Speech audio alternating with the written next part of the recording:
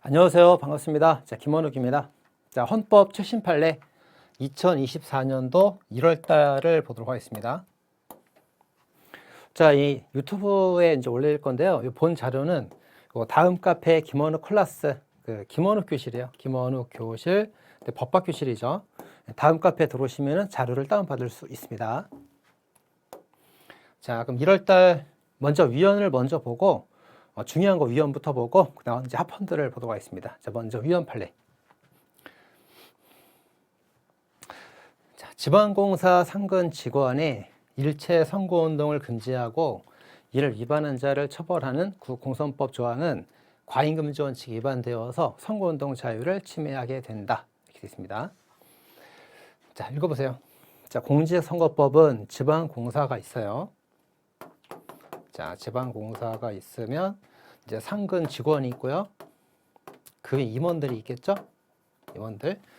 근데 그 임원들이 고위층이에요. 고위층이기 때문에 자, 임원들은 선거운동을 금지해도 돼요. 그죠? 어떤 영향력이 크니까. 근데 직원들은 영향력이 임원보다 영향력이 적단 말이에요. 적어. 그래서 고려 일단 영향이 적다는 점. 영향력이 적다는 점 고려하고 자, 상근 직원은 그 직을 유지한 채 공직선거 입후보를 할 수 있어요. 자, 그러니까 이제 선거에 그 후보로 나갈 수 있다는 뜻이에요. 그죠? 입후보가 가능합니다. 입후보가 가능해요. 자, 그럼에도 불구하고 심판 대상 조항이 지방공사 직원에게까지 선거운동을 금지하는 것은 후보로 나갈 수는 있는데 선거운동은 금지하고 있단 말이에요. 이렇게 못하게 금지하고 있습니다. 이건 너무 과도하다 이거죠. 너무 과도하다. 그래서 이 부분이 위헌이다 이거예요. 위헌이다 이거죠. 그럼 어떻게 하는 게 좋을까요? 이제 직원들은 임원보다 영향력이 적기 때문에 선거운동을 뭐 어느 정도 제한할 필요가 있긴 있어. 제한하더라도 지위를 이용하거나 또는 그 직무 범위 내에서 하는 것만 제한해도 충분한 제한이 될 수가 있다 이거예요. 그래서 세모지 세모로 해가지고 지위를 이용하는 경우라면은 금지를 하고 기타 지위를 이용하는 게 아니라 어떤 그 사적인 수단으로 하는 경우라면은 허용을 하고 이렇게 경우에 따라서 제한하면 될 텐데 이런 제한 그 경우에 따르지 않고 무조건 일률적 제한을 하고 있잖아요. 이제 그런 점에서 위헌이다 이겁니다. 자, 그럼 포인트 두 가지겠죠. 자, 임원도 아니고 직원이라는 점. 그리고 지위를 이용하거나 그런 경우를 제한하지 않고 일체의 운동을 금지하고 있다는 점. 그렇죠? 자, 또 하나 이걸 금지하고 이걸 위반하면 뭐 과태료 정도 제재는 괜찮을 수 있어요. 형사처벌합니다. 형사처벌에서 전과적으로 맞는다 이거예요. 이런 점 때문에 임원 아니라 직원이라는 점, 그리고 지위 이용으로 제한하지 않고 일체의 금지라는 점, 또 이걸 위반하면 형사처벌한다는 점, 이 세 가지를 고려해서 너무 지나치게 과잉금지 원칙 위반된다고 본 겁니다. 그래서 위헌 나왔어요. 자, 중요한 판례고요. 자, 이제 두 번째 판례 보겠습니다. 자, 종교단체 직무상 이용한 선거운동, 이거 합헌이겠네. 왜? 선거운동을 무조건 금지한 게 아니죠. 지위를 이용하는 경우로 제한을 하고 있잖아요. 아까 봤던 것처럼. 그래서 일률적 금지는 위헌인데 지위를 이용하는 경우로 한정해서 제한하는 경우는 합헌이란 말이에요. 그죠? 그래서 쭉 보시면 자, 누구든지 종교적 기관, 단체, 조직 내 직무상 행위를 이용하여 선거운동할 수 없다 규정하여서 직무를 이용한 경우만 제한하고 있다. 그죠? 일률적 금지가 아니고 합헌이죠. 자, 세 번째입니다. 자, 이건 이제 기존에도 있던 그 같은 취지 결정이 있었다. 기존에 합헌 결정이 있었는데 또 나온 거예요. 같은 결정이 있었습니다. 그래서 읽어보세요. 자, 개업 공인중개사로 하여금 법정 중개보수를 초과하는 금품을 받는 행위를 금지하고 이를 위반할 때 형사처벌하고 있습니다. 그래서 이제 공인중개사는 중개보수가 딱 제한이 걸려 있어요. 그 이상 못 받습니다. 뭐 근저당 설정은 30만 원, 뭐 부동산 이전 등기에는 50만 원 이렇게 딱딱 금액이 정해져 있어요. 그 이상 받을 수 없게끔 법으로 적어놨습니다. 자, 괜찮다 이거예요. 합헌이다.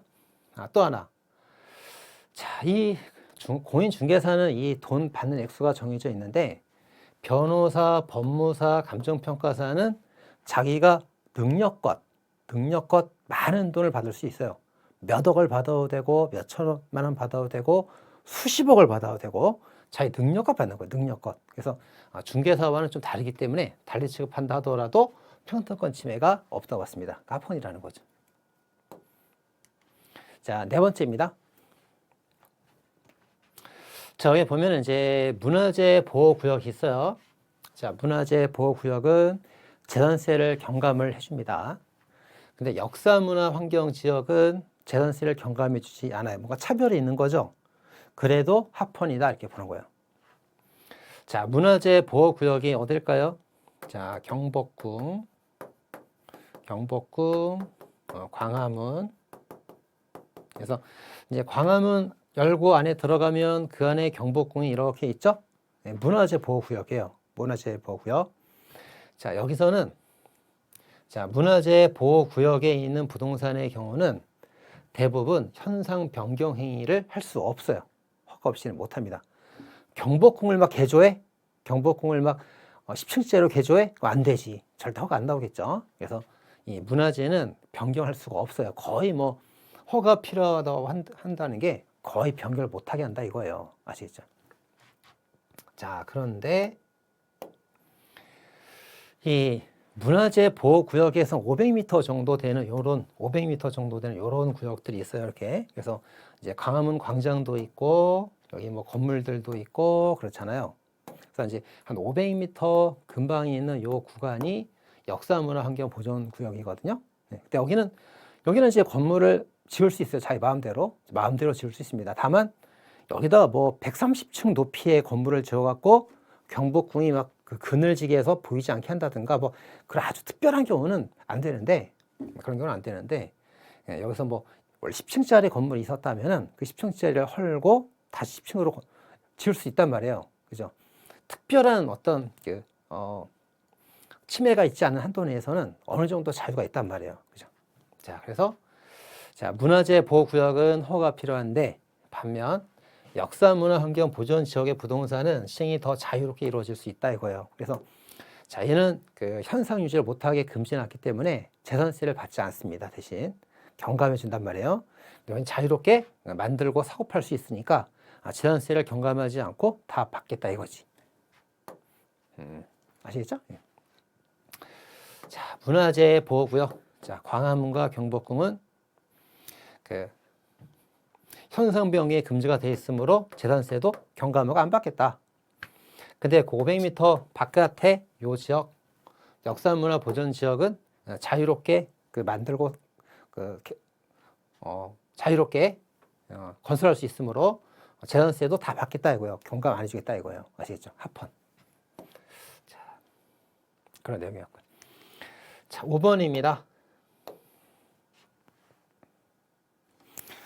자, 이제 교육환경보호구역이 그 학교 근처 200m 구역이죠. 거기 이제 복합 유통 게임 제공업을 금지하고 있다. 합헌입니다. 그래서 주로 그 학교 근처에서 뭐 모텔, 여관, 성인용품, 그다음에 납골당 이런 거 다 그 금지시켜도 다 합헌인 거잖아요. 그죠? 근데 그 유연인 거 뭐 있어요? 극장, 당구장 이런 거 이제 초등학교 당구장만 합헌이고 나머지는 당구장, 극장 다 위헌이었죠? 설치금지 위헌. 네, 그런 것들이 팔려 있었습니다. 자, 이제 그런 같은 맥락으로 보시면 되겠습니다. 자, 그래서 자, 교육환경보호구역 써줄까요? 자, 초등학교 앞에서 당구장을 금지한 거는 합헌이에요. 합헌. 근데 유치원이나 대학교에서 당구장을 금지한 건 위헌이죠. 그리고 초등학교, 유치원, 대학교 전부 다 그 극장을 금지시킨 건 다 위헌입니다. 위헌 또는 헌법 불합치예요, 이렇게. 자, 기타 나머지 당구장이나 극장을 제외한 나머지를 제한한 건 다 합헌이죠. 다 합헌이란 말이에요, 이렇게. 자, 이미 알고 있는 거. 자, 그래서 여기도 이제 고유환경보호구역 중 3대 보호구역으로서 설정 고시할 지역에 관하여 규정한 환경보호법의 조항과 복합 유통 게임 제공업을 교육환경보호구역에서 금지하고 있는 거 합헌이란 말이에요. 합헌. 자, 그럼 이렇게 합헌으로 판단된 이유가 뭔가 봤더니 자, 교육환경보호구역 설정하면서 절대보호구역과 상대보호구역의 부적인 거리. 그래서 자, 학교가 이렇게 있으면은 학교 바로 앞은 절대보호구역이에요.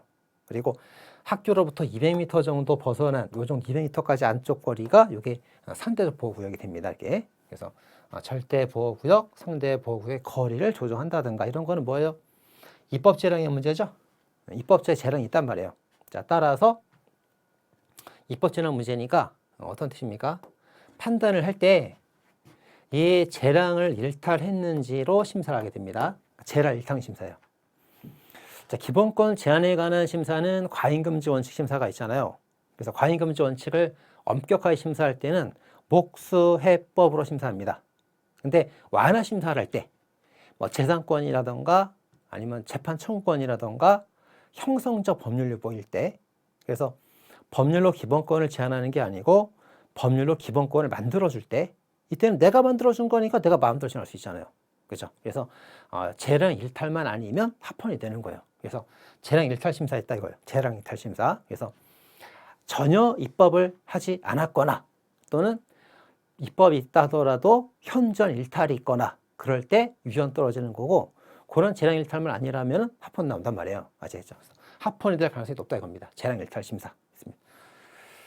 자, 따라서 이제 자, 포카 유통 게임 제공업이라는 것은 이제 휴게음 시점과 PC방을 결합한 형태를 말하는데, 그 PC방에서 이제 뭐 짜게치도 끓여주고 라면 끓여주고 막 그러잖아요. 그런 걸 말하는 겁니다. 그래서 학교 근처에서 그 라면 끓여주는 PC방 만들지 마라 이렇게 금지해 놓은 거예요. 합헌입니다. 애들 교육에 좋지 않다 보는 거죠. 자, 6번입니다. 자, 도시 및 주거환경 정비구역에서 재개발구역, 재개발구역에서 주택조합원을 모집하지 마라 이렇게 금지해놨어요. 위헌입니다. 아니, 합헌입니다. 합헌. 자, 여기가 이제 조그만 그 달동네고 조그만 집들이 이렇게 많이 있어요. 조그만 집들이 이렇게 많이 있는데 국가에서는 여기를 재개발하기로 한 거예요. 자, 재개발을 하면 어떻게 됩니까? 자, 재개발을 위해서는 이 도시를 정비를 해야겠죠. 어떻게 해야 돼요? 이런 조그만 집들 싹 포크레인 밀어버려야지. 불도저로 쫙 밀어버려야지. 쫙 밀어버리고 어떡합니까? 잘 정비해서 아파트를 건설하겠죠. 아파트를 건설하고 이제 그렇게 할 거란 말이에요. 그럼 여기 살던 사람들은 이제 쫓겨나는 거예요. 쫓겨납니다. 다만 보상을 받긴 하겠지만 쫓겨납니다. 자, 그래서 여기 있는 사람들이 뭉쳐갖고 만드는 게 뭐예요? 지역 주택 조합을 만드는 거예요. 국가에서 여기를 재개발 정비를 한단다. 우리가 살던 집을 다 포크레인으로 밀어 철거해 버린다 한단다. 그럼 우리가 조합을 만들어서 우리 권리를 지켜야 되지 않겠냐? 쫓겨나지 않도록 노력을 하거나 아니면 보상금을 많이 받을 수 있도록 협상을 해야 될 거 아니냐? 이렇게 하는 게 지역 주택 조합이란 말이에요. 주택 조합. 예. 자, 근데 이제 예전부터 살고 있던 조합원들은 보호를 해주는 게 맞겠죠. 원래 살고 있던 사람들 보호하는 게 맞습니다. 정비조합이 결정되기 전에 있던 사람들 보호되는 게 맞단 말이에요. 근데 이 재개발 정비 사업이 결정이 되고 나서 정비하겠다, 재개발하겠다 이게 결정이 되고 나서 그 후에 여기 조합원들로 가입해가지고 보상금을 노리고 가입하는 거, 그건 안 된단 말이에요. 그죠? 아시겠죠? 네. 다시. 자, 여기 이 짜잘한 집이 있는 이 지역을 정비해서 재개발하겠다 결정이 났어요. 그러면 그 전에 있던 그 사람들은 보호를 해주는 게 맞는데, 그 정비 결정이 나고 나서 그 이후에 보상금을 노리고 조합원이 되는 이런 것들은 다 금지하는 게 맞단 말이에요. 그래서 금지해줘라 이거예요. 합헌 그 뜻입니다. 자, 한번 읽어볼까요? 자, 판단. 자, 지역주택조합 추진위원회가, 자, 주택조합은 뭐예요? 예, 서민들 보호하는 조합이죠. 무주택자들 보호하는, 서민들 보호하는 추진위원회가 사업이 연락되었을 경우 이 계획 등에 대해서 가지게 되는 기대는 보상금 노리는 거죠. 보상금 주세요를 노린단 말이에요. 자, 그런 기대는 단순한 기대익 반사익 경제 기회에 불과하므로 재산권의 보호 범위에 포함되지 아니한다. 따라서 이 사건은 신청자의 재산권을 제한하지는 않는다. 제한하지 않으니까 침해 여부를 판단하지 않겠죠. 그럼 이제 어떤 걸 제한한다고 본 겁니까? 제한권이 제한되는 게 아니고 일반적 행동자유권, 내가 조합단체에 열성할 수 있지 않냐. 그리고 직업수행의 자유, 이런 것들을 제한한다고 본 거예요. 그래서 이런 것들을 제한하니까 이제 침해가 되는지를 판단해 봤는데 침해가 아니다. 그래서 이제 합헌이다. 이렇게 된 겁니다. 자, 줄을 보겠습니다. 자, 도시의 주거환경 정비법에 따르면 재개발 정비구역으로 지정이 되면은 그 조그만 집들 싹 포크레인 밀어버릴 거란 말이에요. 지정이 되면은 정비 기업에 적합하지 않은 조그만 짜잘한 집들, 이런 것들 싹 밀어버립니다. 그런 것들로 인한 분쟁이 발생하지 않도록 건축물의 건축, 짜잘한 집, 조그만 집, 무허가 건물 이런 것들을 제한한단 말이에요. 정비해야 되니까. 자, 그런데 지역주택 조합 사업은 소형주택 소유자와 무주택 서민의 주택 마련을 위한 제도로서 우리 집을 지키자, 무허가라도 우리 집을 지키자, 이런 제도란 말이에요. 그래서 정비의 계획에 예정하지 않은 주택, 짜잘한 집들 건설한 사업이므로 정비 구역과 주택조합 사업은 양립할 수 없다. 같이 있을 수가 없다. 그래서 자, 이렇게 조합이 자기 집을 지키려고 하고 있을 때 정비 사업이 결정이 되면은 기존의 조합은 보호를 해주지만 정비 결정 이후에도 새롭게 가담하는 조합은 보호를 해주지 않는단 말이에요. 그래서 새롭게 가담하거나 추가로 모집하는 건 금지가 된단 말이죠. 이거 계속하면 처벌됩니다. 이거. 자, 그런 뜻이었어요. 자, 그래서 재개발 정비 구역에서는 소규모 조합원을 새롭게 모집할 수 없어요. 왜? 정비해야 되니까. 그래서 합헌이다. 자, 그런데 보상금을 노리고 조합원이 되고 싶어 하는데 그건 단순한 기회, 이익에 불과하기 때문에 재산권이 아니고 행동 자유권과 직업 승인 자유를 침해하지 아니한다. 이것을 제한하되 침해하지 아니한다. 이런 겁니다. 자, 이렇게 보시면 되고요. 자, 7번입니다. 자, 토지 같은 게 있는데 이제 여기 A 토지가 있고 B 토지가 있고 C 토지가 있어요. 이제 세금을 부과하는 건 국가 재량이죠. 국가 재량이기 때문에 자, 너는 세금 100% 내. 너랑들은 분리해서 넌 50%만 내. 너는 세금 내지 마. 이렇게 세금 얼마를 부담시킬지는 국가 재량이에요. 재량이기 때문에 이건 합헌입니다. 합헌. 그래서 자, 상대적으로 낮은 세율을 적용할 필요가 있는 국가 보호가 필요한 토지에는 그 토지 분리과세 대응 규정하고 대통령이 정하도록 하였습니다. 그래서 분리과세 조항. 너는 100% 다 내, 넌 반만 내. 분리하는 조항. 그 다음에 두 번째, 도로하청 개방 이런 데 비과세 대상으로 정하도록 해서 너는 내지 마. 비과세 조항. 국가 재량이라고. 그러니까 재량이니까 이걸 법으로 정해도 대강을 정해놓고 대통령의 위임을 해도 괜찮단 말이에요. 합헌입니다. 자, 8번입니다. 자, 이제 오피스텔 같은 업무용 건축물이 있습니다. 업무용 건축물은 여기 불법 건축이 하나 있었어요. 자, 불법 건축이 있으면은 이제 구청에서 나와가지고 이거 철거하세요 이렇게 합니다. 근데 철거하지 않으면 철거될 때까지 매달 이행 강제금을 계속 내는 거예요. 철거할 때까지 계속 냅니다. 돈을 계속 내는 거예요. 제한 없이. 근데 소규모 주거용 건축물, 조그만 그 서민들 건축물, 조그만 거에 옥상에 불법 건축물이 있단 말이에요. 이거는 이행 강제금을 부과할 때 뭐 한 번, 두 번 정도까지만 부과하고 그다음 더 부과하지는 않습니다. 서민을 보호하기 위해서. 그래서 횟수를 제한해도 괜찮다. 합헌이다. 그런 뜻이에요. 다 읽어보겠습니다. 오피스텔처럼 주거용도가 아니라는 게 업무용이라는 거죠. 업무용. 건축물에 대한 건축법상 위반의 경우와 달리 자, 이는 횟수 제한 없이 이행 강제금을 계속 부과하는데 그것과는 달리 영세한 건축주의 과도한 경제 부담을 줄여주고 시정 어려움을 고려해서 연면적 85제곱미터 이하, 그럼 이게 대략 한 27평 이하 국민주택 규모란 말이에요. 자, 소규모 주거용, 첫 번째 규모가 작고 영업용 아닌 주거용 건축물에 대해서만 일정 횟수 이상의 이행 강제금을 제한하고 있습니다. 서민들을 보호하기 위해서 한 거란 말이에요. 그래서 다르기 때문에 다르게 대한 거죠. 평등원칙 위반이 아니다 이런 겁니다. 그 평등원칙은 뭐로 심사합니까? 자의심사하죠. 자의심사로서 다른 것을 다르게 대우하였으므로 차별의 합리적 이유가 있다고 보아서 합헌이 된 거예요. 자, 참고로 평등원칙에서 과잉금지 심사하는 경우 뭐 있어요? 과잉금지 심사하는 경우 뭐 있습니까? 첫 번째, 헌법에서 특별히 평등을 보호하는 경우, 그죠? 또는 두 번째, 차별의 정도가 심하여 기본권에 중대한 제한이 초래될 경우, 그 두 개. 요것 또는 요거 두 개일 때 과잉금지 심사하잖아요. 근데 그 두 가지를 제외한 나머지는 전부 다 자의심사합니다. 얘도 자의심사했던 사건입니다.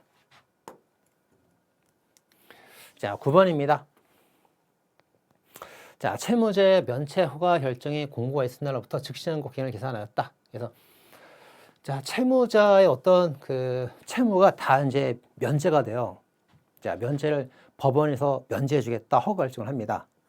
그럼 거기에 대해서 이제 채권자가 왜 면제하는 겁니까? 내가 받을 돈이 있는데 왜 채를 면제시켜 주는 겁니까?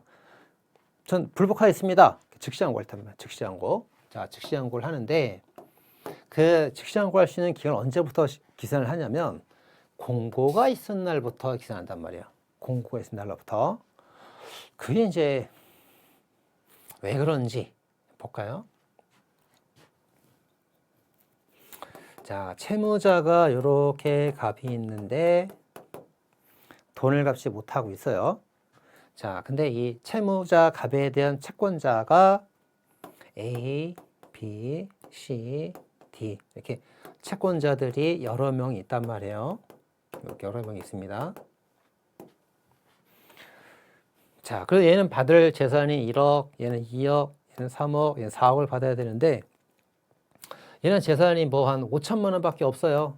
5천만 원밖에 없고 이런 상태에서 내가 갚을 돈은 10억을 갚아야 되는데 재산 5천만 원밖에 없습니다. 그래서 파산 신청합니다. 자, 면책해 주세요. 법원이 알았다. 면책을 해주겠다. 그래서 5천만 원 다 갚고 나면은 이제 빚이 탕감되는 거예요. 탕감됩니다. 자, 그러니까 이제 그때 A, B, C, D가 즉시항고를 제기할 수가 있겠죠. 즉시항고. 즉시항고는 뭡니까? 일단 법원의 면책 허가 결정의 효력을 정지시켜 놓고 다퉈보자 이거예요. 불복을 다퉈보자 이겁니다. 효력 정지 효가 있는 게 즉시항고란 말이에요. 그래서 자, 면책을 정지시켜 놓고 그다음 다퉈봅시다 이렇게 할 수가 있단 말이에요. 자, 그 다투는 기간은 14일 이내에 어떤 결정이 있고 나서 14일 이내에 하면 됩니다. 14일 이내에 하면 돼요. 자, 근데 이제 이게 뭐가 문제냐면 이 채무자에 대해서 면책 허가 결정을 하도록 하겠습니다. 이렇게 딱 공고를 했는데 그 공고라고 해서 이제 그 공고문을 A, B, C, D 집에다가 우편 발송 송달을 해줄 거 아니에요. 이메일로 보내주거나 우편물을 보내주겠죠. 그럼 이제 A, B, C, D가 그 우편물을 받아서 읽어볼 텐데 받아서 읽어볼 때 송달됐다고 본단 말이에요. 그럼 읽어보는 때가 얘는 뭐 7월 5일, 얘는 7월 4일, 얘는 7월 10일, 얘는 7월 14일 다 달라진단 말이에요. 그럼 다 그 우편물을 받고 읽어보는 날짜가 다 다를 거 아니에요. 그럼 즉시항고 기간이 다 달라, 다 다르니까 법원의 입장에서는 이거를 다 다 이제 뭡니까? 증거자로 받아야 되고 다 다르게 해야 되니까 번거롭단 말이지. 번거롭다. 그래서 자, 우편물이 너네 집에 송달되는 날이 언제든 상관하지 않겠고 법원에서 언제 하겠다고 공고를 딱 했으면 그 날짜부터 14일 내에 즉시항고 제기하라 이거예요. 아시겠죠? 자, 그래서 자, 법원에서 예를 들어 이제 7월 1일 날 면책 허가 결정 공고를 했습니다. 딱 공고를 하고 그 공고문을 A, B, C, D한테 공고문을 송달해 줬어요. 송달해 줬는데 D가 이제 저기 도서 지역 저기 외딴 섬이 있고 이제 그런 지역에 뭐 태풍 나고 막 그래가지고 얘네 집에 송달된 게 뭐 7월 15일 날 송달됐다 이거예요. 14일 지나 송달됐다 이거예요. 그러니까 얘는 뭡니까? 즉시항고를 제기할 수가 없게 됐잖아요. 어쩔 수 없다 이거지. 어쩔 수 없다 이거지. 그래서 공고한 날로부터 따지게 된다 이겁니다. 왜냐면 요새 인터넷이 발전되어 있기 때문에 네가 관심 있으면 인터넷 접속해서 공고문을 보면 되거든 또. 그죠? 그래서 공고한 때부터 시작해도 괜찮다. 그 같은 말입니다. 자, 대충 무슨 내용인지 아시겠죠? 자, 면책 허가 결정을 공고한 경우 송달을 하지 아니할 수가 있고 즉시항고 기간은 공고가 있은 날로부터 14일로 정하고 있다. 합헌이다. 재판 청구권 침해가 없다. 자, 판단. 자, 재량권이나 재판 청구권 이런 거는 입법 재량이 크죠. 그래서 항상 과잉금 지원 직중에서 무슨 심사? 재량 일탈 심사를 하는 거예요. 웬만하면 합헌 나올 수 있다 이겁니다. 자, 파산 제도는 다수 이해 관계인 채권자가 관여를 전제로 하고 있기 때문에 관련자들 채권 채무자 간의 분쟁을 최소화하고 날짜가 다 다르면 복잡하단 말이에요. 공평을 기하기 위해서 이해 관계인들에게 공고로서 인터넷 홈페이지에 공고가 된단 말이에요. 그죠? 날짜를 정해서 그러면 고지하도록 하고 있다. 또한 송달 시기에 따라 다수의 관계인들이 불복하는 시가 다 달라지게 되면 복잡하니까 그걸 방지하기 위해서 즉시항고 기간은 공고일로부터 시작해서 14일을 기산하도록 하고 있다. 합헌입니다. 아시겠죠? 그래서 기간 14일 이런 게 중요한 게 아니고 공고한 날로부터 일률적으로 기간을 기산한단 말이에요. 이게 합헌이란 말이에요. 이게. 아시겠죠? 자, 10번입니다. 자, 하도급법에 원사업자, 외국사업자를 포함시키지 않은 경우. 자, 하도급이 뭐예요? 자, 도급, 하도급이 있죠. 그럼 여기 이제 A가 이제 원사업자, B가 이제 수급인 되겠지. 도급인, 수급인. 근데 B가 또 이제 하도급을 줍니다. C한테. 얘가 하도급, 얘가 하수급인 되는 거예요. 이렇게입니다. 이제 A가 이제 원사업자 되는 거예요. 원사업자. 이건 이제 형사법에서도 최신 판례에서 배웠었는데, 여기 원사업자는 규제받아요. 어떤 규제를 받습니까? 형사법에도 판례가 나오는데, 이 원사업자가 이제 도급을 했을 때, 이 수급인한테 이 돈을 줬다고 그래가지고, 이 사람의 의무가 면책이 되지 않아요.